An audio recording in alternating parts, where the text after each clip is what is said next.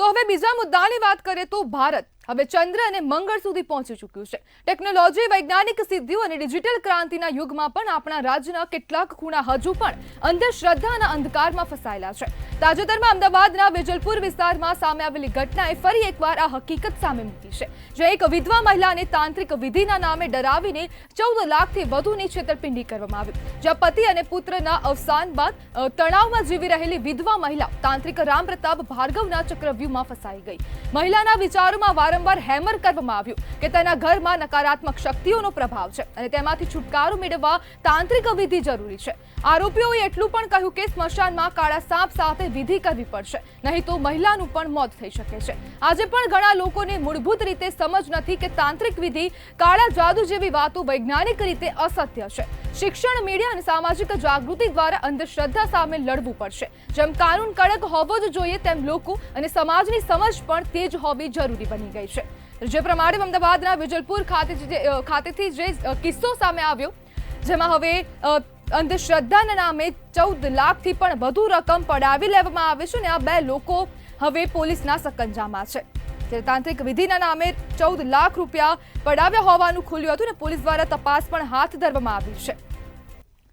વેજલપુર પોલીસે ગણતરીના દિવસોમાં તાંત્રિકને દબોચી લીધો છે અને જે સમગ્ર 14 લાખ રૂપિયા જે ઠગાઈ કરવામાં આવી છે તેની રિકવરી માટે પણ હવે પોલીસ દ્વારા પ્રોસેસ હાથ ધરવામાં આવી છે। ત્યારે અમદાવાદમાં તાંત્રિકના ચક્રવ્યૂહમાં વિધવા મહિલા ફસાઈ હતી અને તેના પુત્ર અને પતિના મૃત્યુ બાદ તે તણાવમાં રહેતી હતી અને તે બાદ તે અંધશ્રદ્ધામાં ફસાઈ ગઈ અને તાંત્રિકે તેનો ફાયદો ઉઠાવીને તેની પાસેથી 14 લાખથી વધુ રકમ પડાવી લીધી હતી।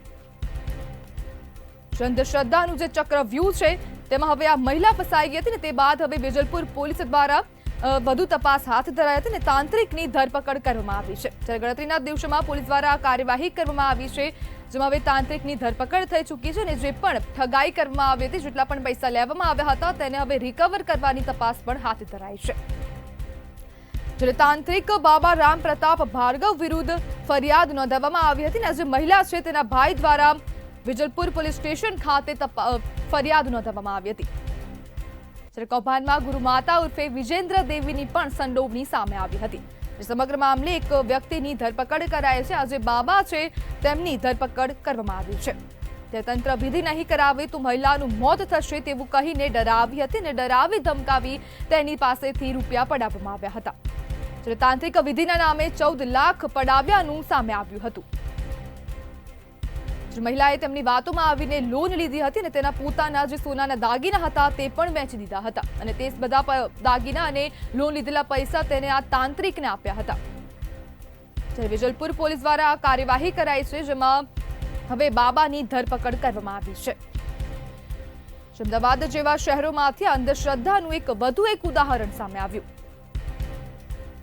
જેમાં તાંત્રિકે અંધશ્રદ્ધાના નામે 14 લાખ રૂપિયા પડાવ્યા હતા।